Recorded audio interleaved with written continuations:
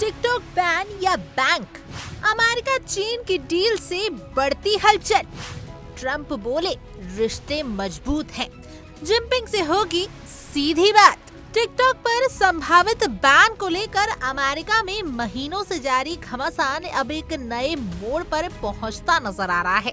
Spain की राजधानी Madrid में अमेरिका और चीन के शीर्ष व्यापारिक प्रतिनिधियों के बीच हुई बैठक के बाद राष्ट्रपति डोनाल्ड ट्रंप के ताजा बयानों ने सियासी गलियारों में हलचल बढ़ा दी है।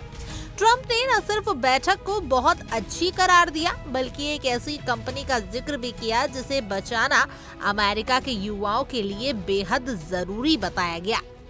ट्रंप ने social media platform truth social पर लिखा कि अमेरिका और चीन के बीच यूरोप में जो व्यापारिक बैठक हुई वह बेहद सकारात्मक रही और उसका परिणाम जल्द ही सामने आएगा। उन्होंने लिखा, एक कंपनी को लेकर डील हो गई है जिसे बचाना जरूरी था। उन्होंने नाम नहीं लिया, लेकिन वॉशिंगटन से लेकर वॉल स्ट्रीट तक माना जा रहा है कि इशारा टिकटॉक की तरफ है। वही ऐप जिस पर अमेरिका में बैन की तलवार कई महीनों से लटक रही थी। पिछले कुछ महीनों में अमेरिका ने टिकटॉक की पेरेंट कंपनी बाइट डांस को आदेश दिया था कि वह ऐप को किसी गैर चीनी कंपनी को बेचे, अन्यथा ऐप पर अमेरिका में पूरी तरीके से प्रतिबंध लगाया जाएगा।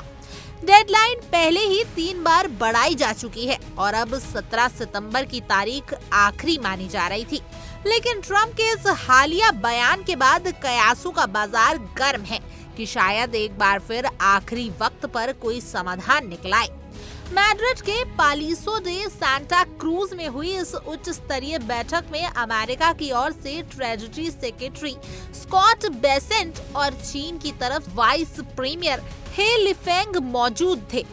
बैठक में मुख्य रूप से व्यापारिक तनाव, टैरिफ और डिजिटल सिक्योरिटी जैसे मुद्दों पर चर्चा हुई। चीन की एक सरकारी समाचार एजेंसी ने इस बात की पुष्टि की कि बैठक में टिकटॉक से जुड़ा मुद्दा खासा प्रमुख था।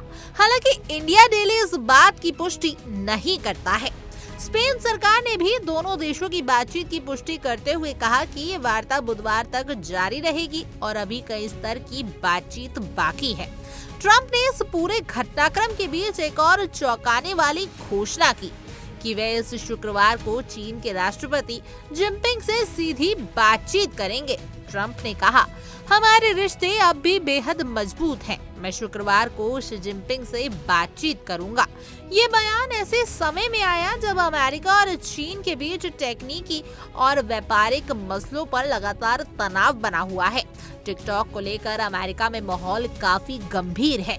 सुरक्षा एजेंसियों का आरोप है कि ये ऐप के जरिए चीन सरकार अमेरिकी नागरिकों का डेटा हासिल कर सकती है, जबकि टिकटॉक और बाइडांस इन आरोपों को खारिज करते आए हैं। लेकिन राजनीतिक दबाव के चलते ऐप को या तो बेचा जाना चाहिए या फिर अमेरिका से बाहर कर देना चाहिए। ट्रंप की इस ताजा टिप्पणी से एक बार फिर से ये उम्मीद जगी है कि शायद कोई प्राइवेट डील या गवर्नमेंट अप्रूव्ड सेल हो गई है, जिसका ऐलान जल्द हो सकता है। हालांकि इससे पहले भी माइक्रोसॉफ्ट, ओरेकल और कुछ अन्य अमेरिकी कंपनियों के नाम टिकटॉक की संभावित खरीदार की सूची में आ चुके हैं, लेकिन कोई फाइनल डील नहीं हो पाई थी। इस मीटिंग के सकारात्मक संकेत सिर्फ टिकटॉक तक सीमित नहीं है।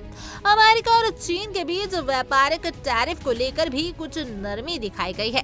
दोनों देशों ने भारी भरकम टैरिफ में अस्थायी छूट देने का फैसला किया है।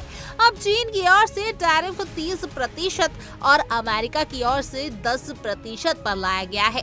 अगस्त में हुई एक डील के तहत ये छूट फिलहाल 90 दिनों के लिए लागू की गई है, यानी 10 नवंबर तक दोनों देश व्यापारिक नरमी की राह पर रहेंगे। ये घटनाक्रम उस वक्त हो रहा है जब अमेरिका में चुनावी माहौल भी बनना शुरू हो गया है और ट्रंप अपनी नीतियों के जरिए एक बार फिर से अपनी अमेरिका फर्स्ट की छवि को मजबूत करने की कोशिश में है। टिकटॉक जैसे मुद्दे जिनका सीधा जुड़ाव युवा मतदाताओं से है, ऐसे वक्त में ट्रंप के लिए एक बड़ा राजनीतिक हथियार बन सकता है। अब निगाहें टिकी हैं शुक्रवार की उस बातचीत पर जिसमें ट्रंप और जिनपिंग आमने सामने होंगे। क्या वाकई ही टिकटॉक की किस्मत बदलने वाली है? क्या दोनों देशों के रिश्तों में बर्फ पिघल रही है? इन सवालों के जवाब जल्द ही सामने आ सकते हैं, लेकिन फिलहाल इतना तय है कि टिकटॉक का मुद्दा सिर्फ एक ऐप का मामला नहीं, बल्कि ये अमेरिका चीन के बीच चल रही बड़ी राजनीतिक और कूटनीतिक शतरंज का माहौल बन चुका है। खैर, आपकी इस पूरी खबर को जानने के बाद क्या कुछ राय है, आप हमें कमेंट कर जरूर बताएं और ऐसी और तमाम जानकारी के लिए आप इंडिया डेली को सब्सक्राइब कर लीजिए।